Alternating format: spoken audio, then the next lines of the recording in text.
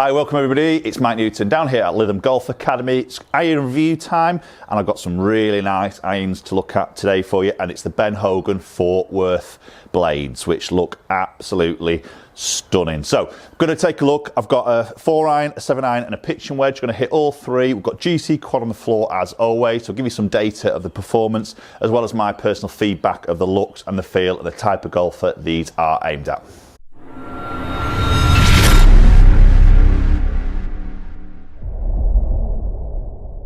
Okay, so Ben Hogan as a brand, obviously an amazing name. Ben Hogan, amazing player back in the day, and the brand's always sort of carried on and been really, really strong. But it's taken a little bit of a different business sort of route in a way, in terms that you can't find these in retailers. So Hogan are now selling direct through their website, direct to the consumer. So they're cutting that middleman out, so hence there's a big saving on price of these compared to maybe similar types of quality or products on the market from other brands. The Hogans are quite substantially less. Maybe the downside to that is you're not really going to get hold of them to look at, feel, get them in your hands, maybe hit, but they do offer a demo program where I think you purchase 2 irons, they send them out, you can test them, but the problem with that, you've got to put your spec in. So as long as you know your spec, and you might want to go and get fitted first and get your spec, then send them. So they do offer quite a lot of shaft options, should I say, grip options, and obviously you can have the lies and lofts and everything as you wish. So first instincts with these, I got them out of the box and I thought, wow, they look absolutely stunning. Just a very different look to the back of the club head. I've got that sort of ridge that runs around the top line, or just under the top line, round into that toe section. Where the Ben Hogan is in the back, it's sort of like a little sort of shallow scooped out section. So very much a blade sort of golf club, a little bit of a V-sole happening. It's forged. And then when I put it down behind the ball, I was a little bit shocked, and I must admit I was slightly disappointed in the way that I was just expecting to see a very small, very classic sort of looking club, and they're quite a bit bigger than what I thought they would do in terms of the top edge and the actual size of the head. I'm not saying it's a bad looking club, but it was different to what I was expecting to sort of see. The shape of it is stunning, very little offset there. It's just a thicker top line and quite a large sort of head move from that heel to toe.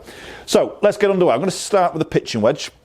So I've got myself set out here at about 126 from the flag. Very traditional on the lofts here. So this pitching wedge is 46, so not into the 44s and 43s that you see with a lot of the other brands. Let's get this first one here.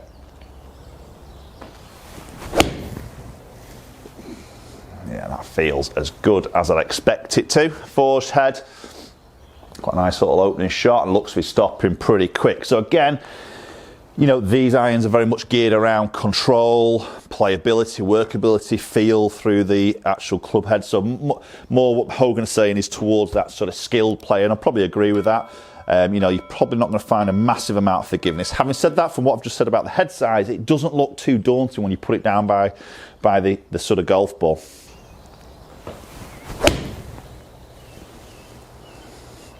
Yeah, it feels stunning. Lovely ball flight. Getting closer, liking this. So as I say, this is lofted at 46 degrees, and the sets are available. I've got the chrome head here with me, which they call the white finish, but they also do a black finish, which look quite stealth, very sort of very different sort of look. So that's obviously a choice. No difference in performance, just literally the finish of the head is just a different colour basically. Slightly lower in the face, but only slightly. Get that instant feedback with a set like this.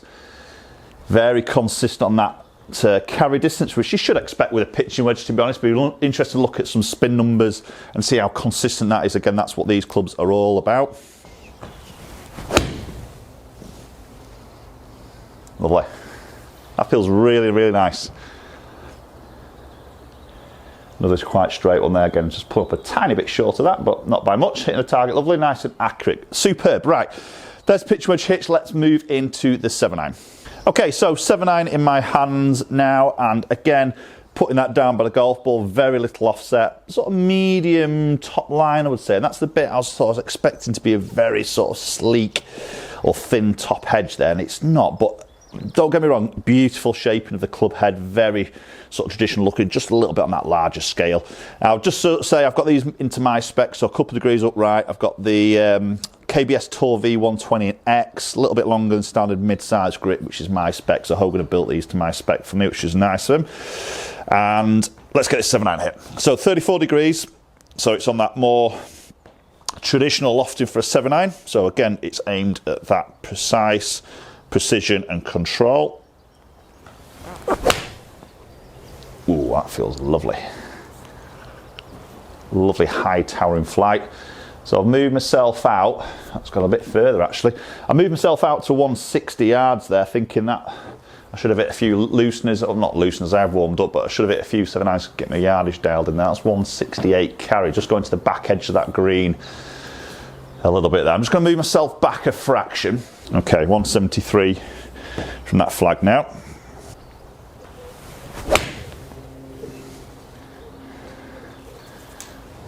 Very, very muted sound to that. Again, it's that forged sound, the feels there, ticking all the right boxes that you'd expect from that forged iron.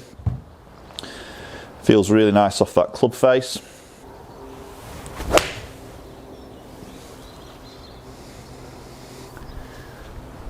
Beautiful, beautiful. Yeah, that feels really, really nice off the club face there. So this depression cavity, which is what Hogan are calling that little bit of that sort of depression in the back of the head there, that just moves around as you go through the set. So ideally in those longer irons, it's promoting that slightly higher launch, so a bit more if you're hitting into greens with the long irons for a bit more of a softer landing, a little bit more control coming into the green. And then as you move into your sort of more lofted clubs, that depression just moves slightly to give you a little bit more of a piercing flight where you don't obviously need the help with the more loft in the hand. So it's more of a progressive set through as you work from those different lofted irons.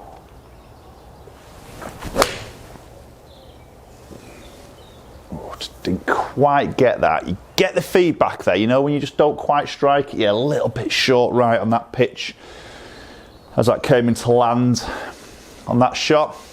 Still hit the target though. Okay, so there's the 7.9 hit, 34 degrees of loft. That feels really nice. Looks, again, very nice behind that golf ball, just slightly on that larger size for maybe my personal liking, but by any means, it's a beautiful shape. Okay, let's move into that 4-iron.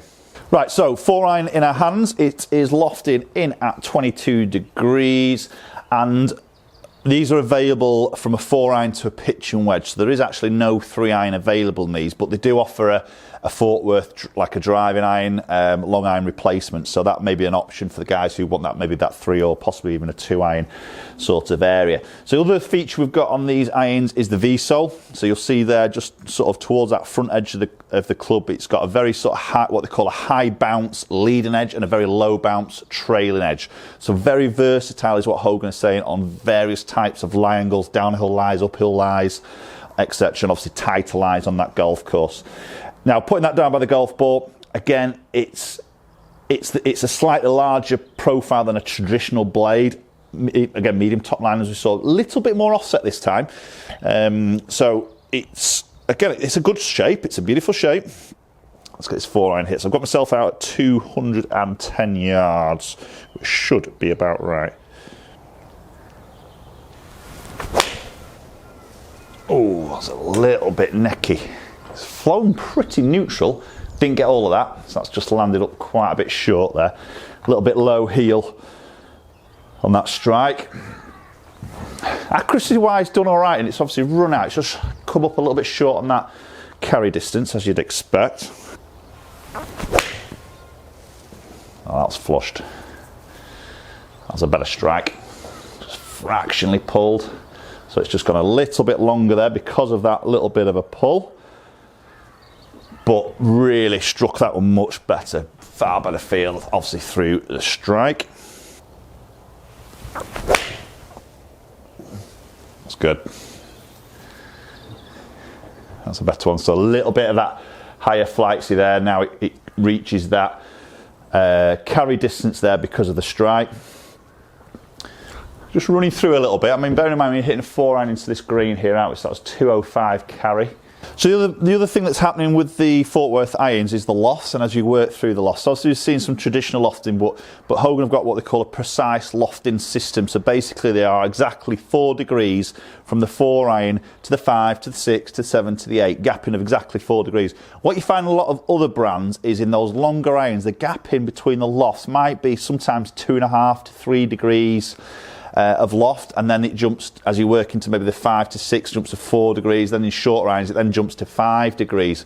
So what I find with a lot of maybe amateur golfers is when they get into those longer irons, the gapping or the distance they're actually hitting the shot really do overlap, and they sort of gather in. They don't see that consistent gapping through that longer section of the bag. Obviously the longer irons become harder to hit, so the strike is more and more important, which gets tougher to do with the longer iron.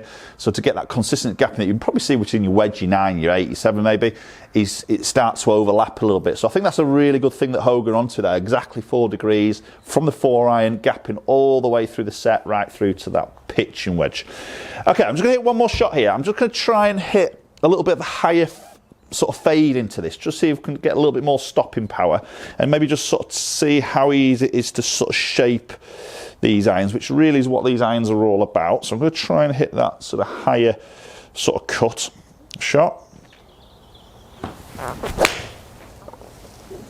Well, there's the height, just cutting a little bit there, a smidge, not a lot, but a smidge.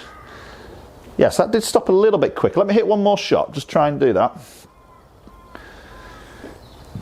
Just probably need a little bit more cut, actually, this face a little bit more open to that path. That's a better one. Again, there's a little bit higher flight. There's a little bit of that cut coming back. Be interesting to see how that just stops there now. Pitched a bit further on the air. Did stop a little bit quicker there. Just carried that a little bit further. Struck that one really nice, to be fair. Okay, right, so there's some shots hit with the 4 iron, but let's go look at some numbers for GC Quad and see how those irons are performing.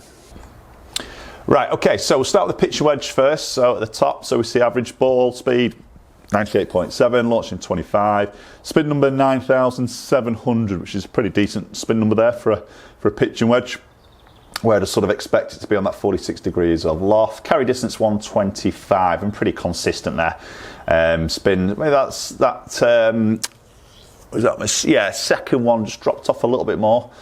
Again, through that little bit of strike, I'll just change that. But carry distance very, very consistent as you'd expect. So moving into 7 iron. So 120 ball speed, so not the quickest ball speed, but again, this type of iron, 34 degrees loft, isn't geared around pure speed. That's not what these irons are made for. So I'm not expecting that speed to be mega high. Launch at 18.7, spin at 6.9, so good spin number. We know that's coming in with a lot of control when it comes into land, so there maybe that downwind situations, green's a little bit harder. You know, it's got a chance of sort of stopping, and we've talked about this in some of the other videos. There's always situations on the golf course where spin's taken away from you. So if you're coming out that semi-rough, or it's a little bit damp and there's a bit of moisture between club face and ball, all these aspects are going to take spin away. So if we can have something from a dry data that I'm hitting here off the mat, then, you know, and I'm spinning up into that 7,000. On the golf course, realistically, that's going to come down a bit in certain situations. So if I can max it in dry situations, I know I've got more control in those gaming situations in a way. So peaking at 35, so nice high tower and ball flight.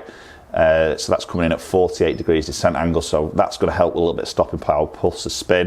166 carry, and then moving into that 4 iron. So 134, launching at 12 degrees there and spinning at 3,792. Obviously the last couple there you can see that spin's popped up 4.2 and 4.1 as I try to hit a little bit more of a cut shot. Mastered that a little bit better.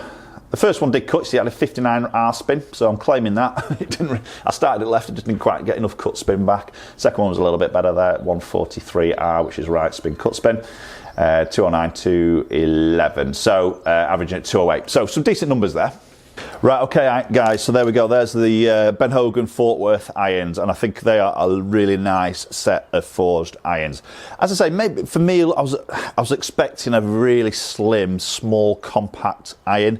And it wasn't like that. Looking at the back, it looks absolutely stunning. Put it down by the golf ball. It's a bit bigger than I actually thought. And I'm not saying that's a negative, and I think that's probably a positive for a lot of guys, just slightly bigger there. It's not too intimidating when you put it down by that golf ball. Certain days when you're just not swinging right, you know, probably just give you a little bit more help there. A little bit of tech, or as much tech as you possibly can in a forged blades sort of iron, with that depression cavity moving around. You've got that little bit of ridging around that back section, which just all moving centre of gravity and weight slightly different. It got the V-sole in there just to help that turf interaction and just reduce any sort of digging happening through the shots for the sort of better player, really. So I think these would blend really nice with the PTX Pro irons. So maybe doing a little bit of a split set there. Again, maybe just be careful of the lofting as you're changing in that set, because the sort of story around these Fort Worth irons is that precise loft system. So that 4 degrees between every single iron through the set, I think, is a really good feature that Hogan are doing there. A little bit of a different business model. Post your comments down below. Let me know your thoughts. Is that something you would sort of maybe order a couple of demo irons, try them out, and then from there purchase? Or would you really want to go to a store and get fitted and try them against maybe other products in the same sort of session? Love to hear your thoughts as a buyer, as always, so do comment down below. Let me know what you think. If you enjoy watching the video, smash that subscribe button, ring the bell icon for notifications of any future videos. Follow me for social media platforms, both Instagram and Twitter. The handles there are @MNGolfCoach, and hopefully we'll catch up with you all very soon.